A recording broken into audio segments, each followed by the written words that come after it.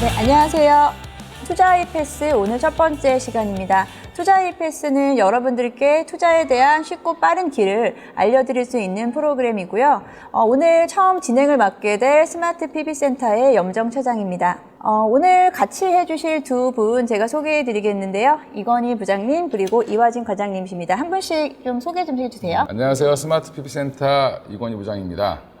앞으로 투자에 있어서 나무와 숲을 동시에 볼 수 있도록 여러 정보를 제공할 수 있도록 노력하겠습니다. 안녕하세요. 스마트 PB센터 이하진 과장입니다. 앞으로 기업 탐방이나 이와 관련된 부분들을 좀 확인을 하면서 여러분들에게 전달하도록 하겠습니다. 최근에 시장의 흐름을 보게 되면 사실 2월 초 이후로 원달러 환율이 사실 상승함으로 인해서 외국인들의 수급이 좀 빠져나갔습니다.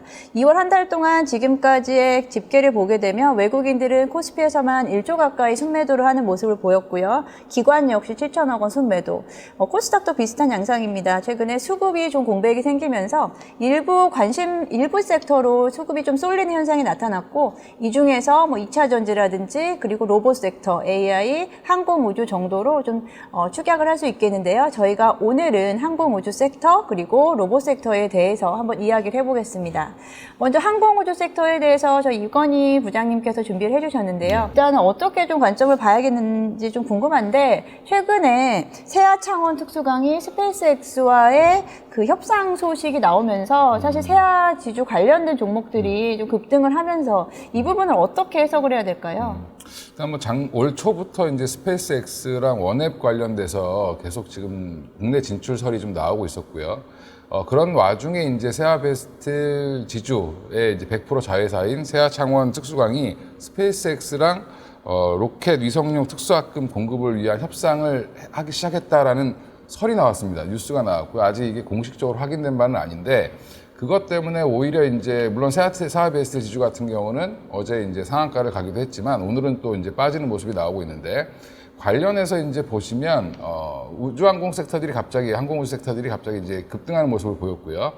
대표적인 종목들로 보면은 AP 위성이라든지 인텔리안테크, 캔코아 에어로스페이스, 그다음에 세트랙 아이 정도로 볼 수 있을 텐데, 그런 종목들이 지금 어제 급등을 했다 오늘은 또 조정을 받는 모습으로 보이고 있습니다.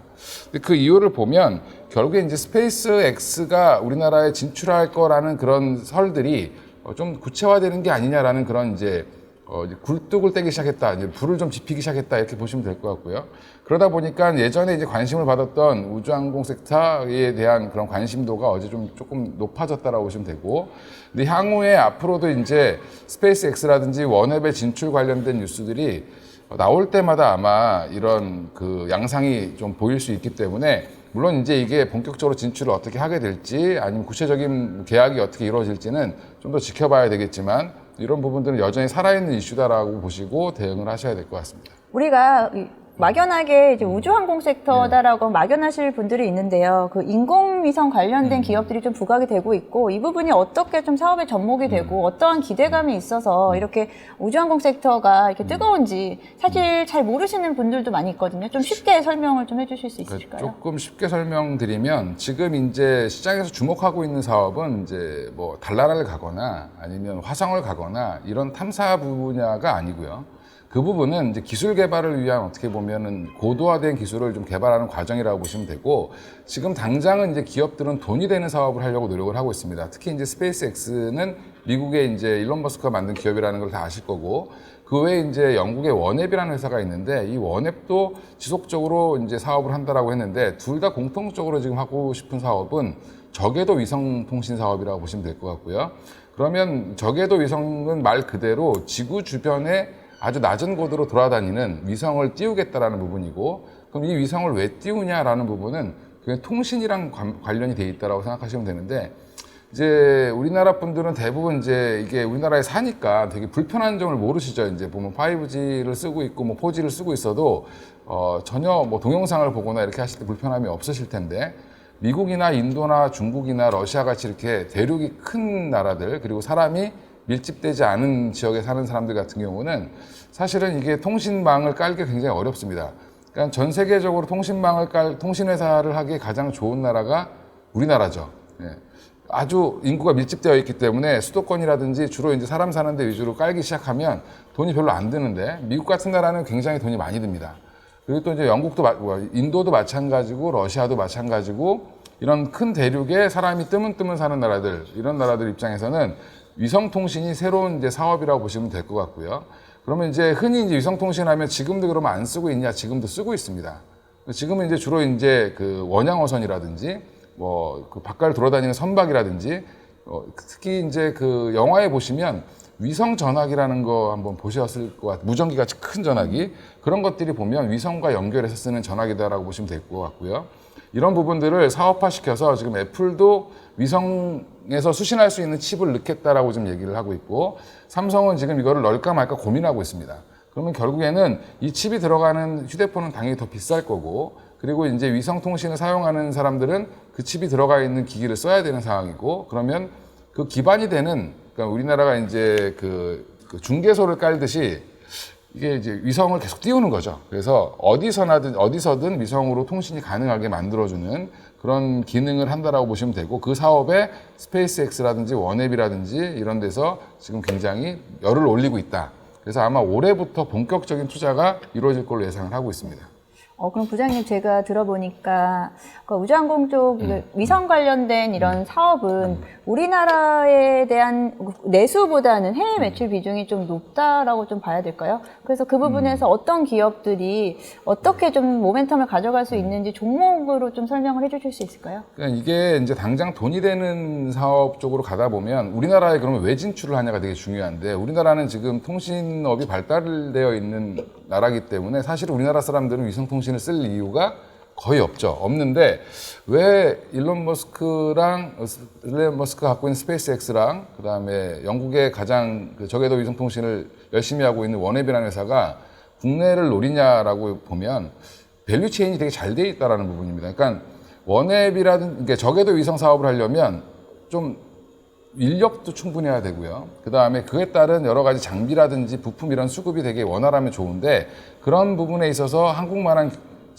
나라가 없다라고 좀 보고 있고, 관련 기업들이 많이 있습니다. 보면 뭐 캔코아 에어로스페이스 같은 경우가 이제 가장 대표적인 예를 드시면 될 것 같고, 또 하나가 이제 인텔리안 테크인데, 물론 이제 AP 위성이 최근에 많이 올라와서 그거에 대해 관심이 많으실 텐데, 그쪽은 어떻게 보면 약간 관급 사업을 주로 하는 데다라고 보시면 되고, 오히려 이제 그쪽 산업이 발달하면 뭐 수혜를 받는 업종 정도로 생각하시면 될 것 같고요.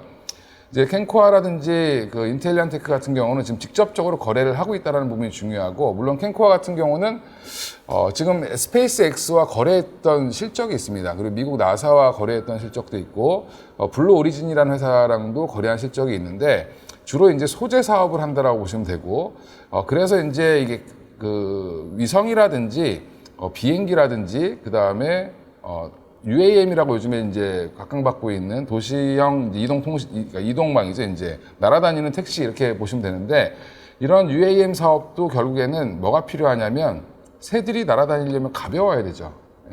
새 뼈들이 보면 안에 비어 있습니다. 그것처럼 마찬가지로 가볍고 튼튼한 소재를 만들어야 되는데, 그 부분에 있어서 캔코아 에어로스페이스가 약간 특화되어 있다고 보시면 되고, 그러다 보니까 이제 뭐 보잉사의 비행기 동체를 일부 납품한다든지 이런 사업들을 계속 진행을 하고 있고요. 그러니까 당장의 이제 수익은 비행기를 판다든지 비행기 동체를 일부 만들어서 납품한다든지 하는 부분일 텐데, 향후의 수익은 아마 이제 스페이스X와 연동된 어떤 것들이 기대되고 있다라고 보시면 될 것 같고, 그리고 또 하나는 이제 인텔리안 테크인데, 인텔리안 테크 같은 경우는 지금 원앱과 사업을 하고 있습니다. 근데 인텔리안 테크가 지금 원래 했던 사업을 좀 아실 필요가 있는데, 원래 했던 사업은 위성통신용 안테나를 만들던 회사입니다. 그러니까 우리가 아까 말씀드린 원양어선이라든지 뭐 밖에 돌아다니는 큰 그 컨테이너선 같은 경우에서 선장님들이 이제 통신을 지상이랑 하셔야 되는데, 그럴 때 쓰는 그 안테나를 주로 납품했던 회사라고 보시면 되고요.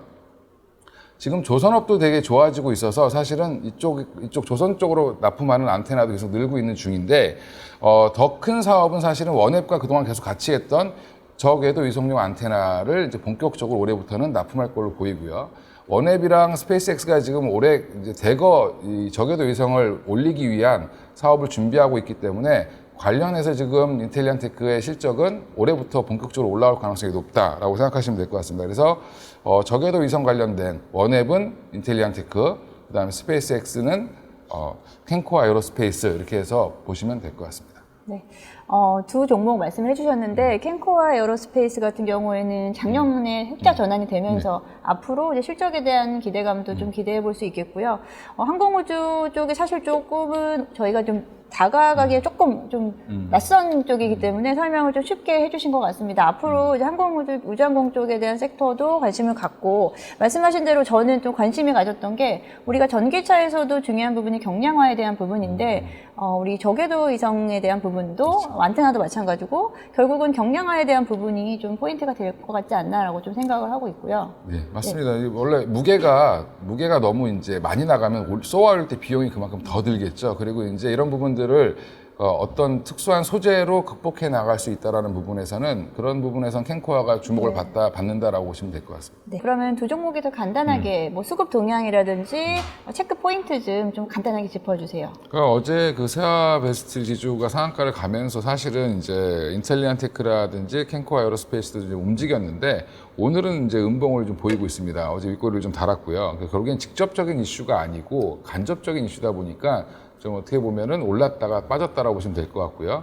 근데 이제 수급적으로 보면 인텔리안테크가 좀 최근에 기관들이 계속 꾸준히 사모으고 있는 중이고, 특히 이제 기관들이 올해 초부터 따져보면 한 30한 5, 6만 주 정도를 지금 순매수를 하고 있습니다. 누적으로.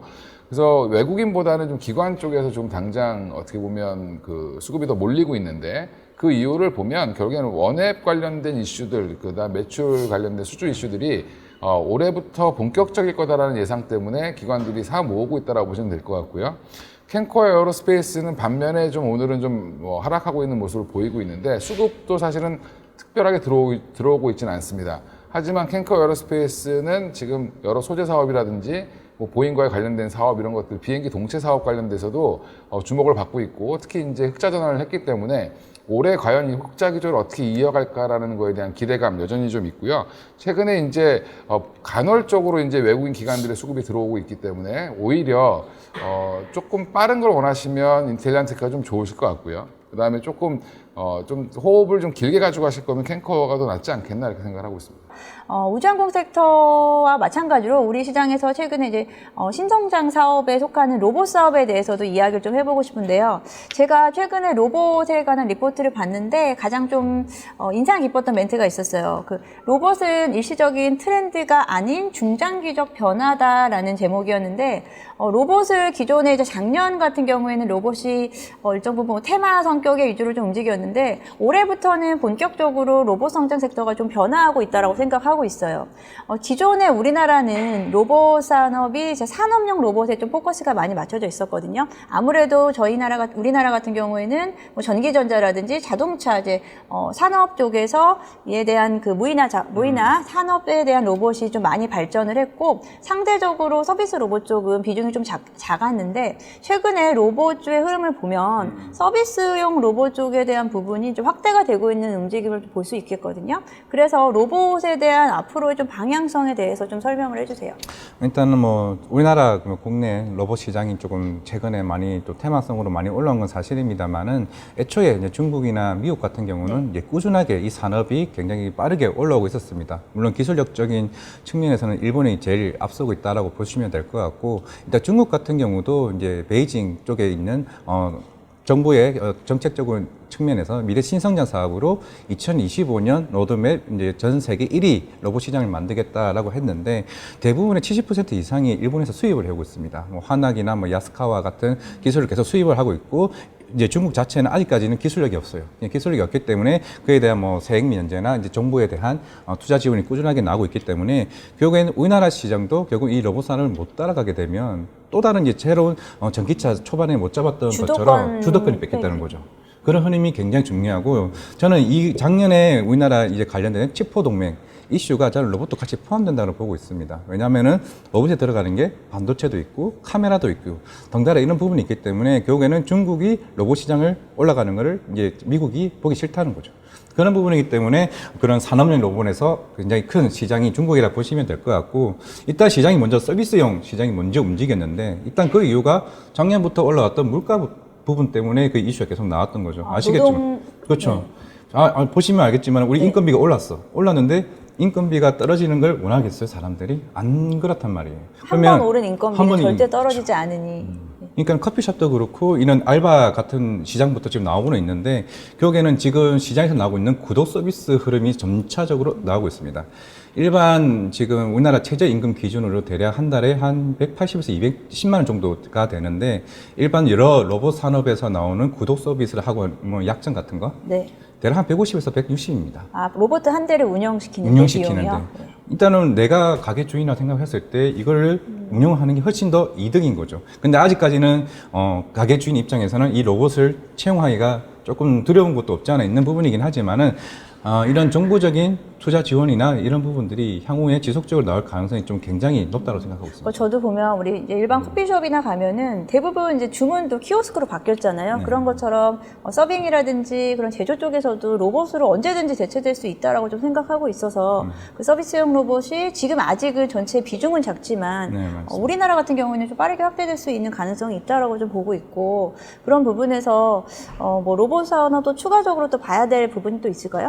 지금 이제 의료 시장 같은 경우도 사실 아직까지는 크게 우리나라 같은 경우는 나오지는 않고는 있습니다만은 미국의 다빈치 로봇을 만든 회사가 있어요. 인투이티브 서지컬이라는 회사가 있습니다.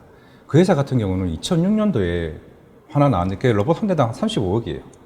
그게 네. 이게 복강경 수술을 하는 건데 예전에 우리나라 드라마 뉴하트 드라마에서 지성이 나오면서 학회에서 로봇으로 수술을 할 수 있어요. 그게 인투이티브 서지컬 로봇 회사인데 그 회사가 지금 시총이 128조예요. 그 한 대 팔았던 회사가 이제는 미국의 전역의 80% 이상의 대학병원이 그 로봇을 다 채용을 하고 있습니다. 그렇죠. 지금 우리나라 대학병원들도 있습니다. 로봇 수술을 많이 하고 네. 있잖아요. 네, 맞습니다. 이게 물론 사람이 개입은 해요. 이게 게임을 하던 것처럼 이걸 씌워서 이걸 조정을 하면서 하고 있는 건국대학병원이나 여러 대학병원에서 실제 그 다빈치 로봇을 가지고 있는 만큼 의료용 시장도 로봇이 지금 커지고 있다. 그건 이제 관련 종목은 이따 다시 한번 말씀드리겠습니다. 그러면 관련 종목으로 들어봐서 네. 종목에 대해서 좀 이야기를 더 구체적으로 해주시기 바라겠고요. 네. 저는 또 의료용 로봇 쪽에서 좀 관심이 많고 아무래도 계속해서 고령화 사회로 바뀌다 보니까 이 로봇 시장이 또 이제 실버 사업 쪽에도 활용될 수 있는 부분이 많다라고 좀 생각하고 있거든요. 그래서 일단 종목으로 바로 좀 소개를 좀 해주세요. 큐렉소라는 일단 종목을 네. 가지고 왔고요. 일단 제 개인적으로는 한국의 인투이티브 서지컬이 되지 않을까라고 생각을 하고 있는데 물론 이제 인투이티브 서지컬 같은 경우는 이제 관련된 복강경 수술 이제 위주로 하고 있지만은 이제 큐렉소 같은 경우는 정형외과 관련적으로 일단은 사업을 하고 있고 인공 관절 로봇입니다. 우리가 이제 흔히 말하는 정형외과 수술을 들어가기 전에 네. 그 전에 뼈를 깎아가지고 안전한 상태로 깨끗한 상태로 이제 들어가는 이제 시술을 하고 있는 로봇이라 보시면 될 것 같고 일단은 시장 자체는 이제 도입계라 좀 보시면 될 것 같아요. 지금 인도에 있는 메릴 헬스케어라는 회사가 있는데 임플란트 2위 업체입니다. 이때 공시를 보시게 되면 작년 11월에 인도 메릴 헬스케어에서 추가 공급 계약을 했는데 우리가 너네 회사 걸 썼는데 너무 좋네. 글로벌적으로 우리가 팔아줄게. 이런 계약을 맺으면서 최근에 좀 주가가 네. 올라왔던 흐름을 보이고 있습니다. 그렇기 때문에 좀 정형외과 쪽으로는 굉장히 좀 기대가 클 것으로 보이고 있고, 물론 아까 말씀드렸던 다비치 로봇처럼 35억 정도는 아닌데 대략 한 5억에서 13억 정도 사이로 지금 알고 있는 가격이고요. 그만큼 정형외과 쪽에서 이런 수요가 꾸준히 좀 나오고 있다라고 보시면 될 것 네. 같고, 이게 아까 금방 이제 관련된 건강보험 등재 이슈도 있었고, 이런 노인 관련된 네. 재활 로봇 이슈가 있는데, 예전에 이게 현대중공업 의료 로봇 사업부를 2017년도에 인수를 했습니다. 이게 됐는데 이번 새로운 증권 들어오게 되면서 이거 재활 로봇이 건강보험 등재가 됐습니다. 원래 이쪽에서 수익이 안 나왔었는데 생각보다 요양보험에서 그래 너네 건강보험 해줘? 그럼 우리 이거 보행 로봇 관련해서 일단은 작년부터 이제 주문이 들어오기 시작했다는 거죠. 제가 그 와중에 지금 큐렉소 네. 종목을 좀 살펴봤는데 지금 작년 같은 경우에 전년 대비해서 흑자 전환으로 네, 좀 맞습니다. 돌아선 기업이기도 하네요. 그리고 최근 2월달 수급을 보니까 외국인들의 수급이 계속 들어오는 모습을 보이고 있는데 어떤 포인트에서 지금 계속해서 수급이 좀 몰리고 있다라고 보세요? 이제 하나의 확장이죠. 해외 확장. 그동안 인도 쪽에서만 팔렸던 부분들이 이제 인도 메릴 헬스케어에서 이제 글로벌 확장, 판매 판권을 우리한테 주면 우리가 영업을 해주겠다라는 것도 있고, 또 얘네가 지금 척추 수술 로봇을 하고 있는데, 얘네가 이제 NK 바이오가 지금 북미 시장에 진출하고 있는데, 여기와 또 MOU를 맺어가지고 이제 북미 시장 같은 경우 의료 쪽에는 굉장히 시장 규모가 굉장히 크거든요. 그렇기 때문에 이쪽에 대한 좀 기대감이 크고 보시면 될 것 같고. 그럼 최근에 이제 글로벌 레퍼런스가 점점 좋아지고 있는 기업이다라고 좀 최근에 보는 것 이제 같네요. 그동안 지난 3년간은 유럽 CE랑 미국 FDA 인정받느라 좀 시간이 걸렸기 때문에 매출이 바로 올라오지는 않았어요. 근데 이 회사 같은 경우는 이거 아시겠지만 주주 구성 35%가 네. 한국 야쿠르트가 지분 대주주예요. 한국 야쿠르트요? 한국 야쿠르트 굉장히 뜬금없죠. 네. 예, 그럼 대신에 그동안 매출이 굉장히 돈이 많은 회사입니다. 굉장히 안정적인 매출을 한국 야쿠르트 유통계약을 가지고 있었어요. 그러니까 비락이나 이쪽에 대한 수주가 있는 거죠. 그러니까 안정적인 매출을 하고 있는데 이제는 로봇 산업이 쫙 올라오는 상황입니다. 지금부터는. 그러면 이제 의료용 로봇 쪽에서는 거의 우리나라에서는 독보적인 기업이다. 거의 독보적인 기업이라 보시면 돼요. 물론 고용도 있고 이제 미래 컴퍼니 여러 회사도 있겠지만은 결국은 크렉소가 지금 시장에서 이제 매출이 올라오고 있는 상태가 작년부터예요. 이게 처음에는 인도 메리 헬스케어가 한 50대 정도 공급 계약을 맺었었는데 이게 작년부터 팔리기 시작해요. 그래서 그만큼 세계 글로벌 시장에서 이제 로봇의 수요가 점점 커지고 있다는 거죠. 그런 측면에서는 의료용 쪽에서는 생각보다 기대가 크고 미국 시장에 진출했을 때 과연 미국에 있는 큰 회사들 사실 북미 쪽은요 구글이랑 아마존이 여러 의료 회사와 MOU를 맺어서 이쪽 시장에 지금 들어오려고 하고 있어요. 지금 그렇기 때문에 이 시장은 커질 수 있다. 그리고 의료용 쪽은 사실 로봇 대수당의 그 가격 단가가 네. 높기 때문에 마진이 이제 크죠. 예, 마진이 좀 큰 고마진 제품들이 많기 때문에 큐렉소 저 관심이 갑자기 생겼네요. 네, 일단 오늘 뭐 주가가 좀 한 5% 이상 상승을 네. 하는 흐름이 있고, 제가 근데 거래량 아직 늘진 않았어요. 왜냐면은 지금 로봇 테마가 시장 크게 움직였지만은 큐렉스는 크게 아직 움직이지는 않았습니다. 근데 올해 주요 포인트는 해외 시장 개척, 그리고 FDA 승인으로 인한 미국 시장 진출, 이걸로 보시면 되지 않을까 생각하고 있습니다. 네, 좋은 기업을 소개해 주신 것 같고요. 네. 두 번째도 하나 종목 소개시켜 주시겠어요? 네, 뭐 어제 급등을 하긴 했으나 이제 로보티즈. 로보티즈는 뭐 로봇의 대장주. 저는 서비스용 쪽에서는 대장주로 생각을 하고 있고, 이제 크렉스도 탐방을 갔다 왔었던 종목이고, 이제 로보티즈도 12월에, 작년 12월에 한번 다녀왔었습니다. 로보티즈 같은 경우는 지분의 8%가 LG전자 가지고 있어요. 네. 그만큼 지금 대기업들이 이제 우리나라 로봇 관련 종목들에 대한 이제 지분 투자가 계속 이루어지고 있는 것으로 보이고 있는데, 이게 지난주에 이제 도로교통 개정안이 통과 예정이라고 나오는 있지만은 뭐 추후에 법사위도 있을 거고 국회 본회의가 통과되어야 가야 될 길이 좀 멀긴 하죠. 본 사업이 아직은. 될 것으로 보이죠. 일단 한 단계가 넘었다는 게 네. 굉장히 중요할 것으로 보이는데, 이 회사가 가지고 있는 흔히 말하는 일개미 실외 자율주행 로봇이 일단 일개미, 집개미죠. 네, 일개미 집개미죠. 일개미 같은 경우는 이제 인도에 다닐 수가 없게 돼 있어요. 로봇은 그냥 차랑 비슷하게 본다는 거죠. 그거를 개정안이 통과되게 되면 흔히 말하는 이제 자율주행 로봇처럼 배송 로봇으로 지금 되고 있는데, 지난주 화요일쯤이죠. 우리나라 신성장 로드맵 발표했던 거. 거기서 나왔던 게 그런 배송 관련된 뭐 모빌리티 사업 UAM이랑 로봇 물류 관련된 2025년 얘기를 했던 게 결국 로보티즈가 주 수혜가 될 것으로 보이고 있는데, 지금 이 회사가 마곡동에 있습니다. 마곡동을 가시게 되면은 이런 관련 실내 자율주행 로봇이 지금 테스트를 하고 있어요. 계속 돌아다니는 로봇이 그냥 우리 흔히 알고 있는 야구르트 아줌마처럼 그냥 그렇게 돌아다니고 있는데, 이게 흔히 지금 아마존처럼 네. 향후 우리나라도 이와 관련된 흔히 뭐 배달 민족처럼 우리가 이제 싱글족들이 많은 그런 동네에서 그런 배송 로봇에 대한 수요가 굉장히 커질 수 있다는 거죠. 일단은 이거는 추후에 일단은 성장성이 굉장히 클 것으로 보이고 있고, 지금 금방 아까 직개미, 일개미 얘기해 주셨는데, 직개미 같은 경우는 실내 자율주행 로봇입니다. 호텔 아니면 병원에서 실제로 우리나라 저 동사무소에도 지금 다니고 있어요. 서류 배달하는 걸. 그러니까 지금 호텔에서 뭘 어떻게 하냐 그러면 그냥 호텔리어예요, 호텔리어. 만약에 고객이 나 수건 갖다 줘, 물 갖다 줘 하게 되면 로봇이 직접 다관절 로봇으로 이거 버튼을 누르고 층간 이동을 할 수 있게. 원래 이거 안 됐어요. 그러면 그게 그 메이드 역할을 하는 거죠. 그냥 메이드 역할을. 사실 호텔 같은 경우는 좀 규격화된 공간이기도 하고 규격화된 업무이기 때문에 그 부분이 좀 가능할 수 있을 거다라고 좀 생각을 하고 있습니다. 생각보다 이거 구독 서비스 싸요. 80에서 100만 원입니다. 한 대 도입하는데요. 동사무소에서는 지금 하고 있고, 우리나라 서울에 있는 메리어트 호텔이나 모코일 호텔 가면 볼 수 있어요. 네. 실제적으로 나고 있고, 중국은 이미 상용화되어 있습니다. 굉장히 1000곳 이상이 지금 이 로봇을 지금 사용하고 있고, 만약에 우리나라에서도 꾸준히 나오게 된다 그러게 되면은 올해 이 회사 가이던스가 약 1000대 정도 팔 것으로 보이고 있습니다. 80만에서 130만으로 그때 얘기를 하셨는데, 이게 100 곱하기 대략 1000대를 하게 되면은 네. 대략 컨센이 150억 정도가 나옵니다. 대략. 이 회사 작년 매출이 250억이에요.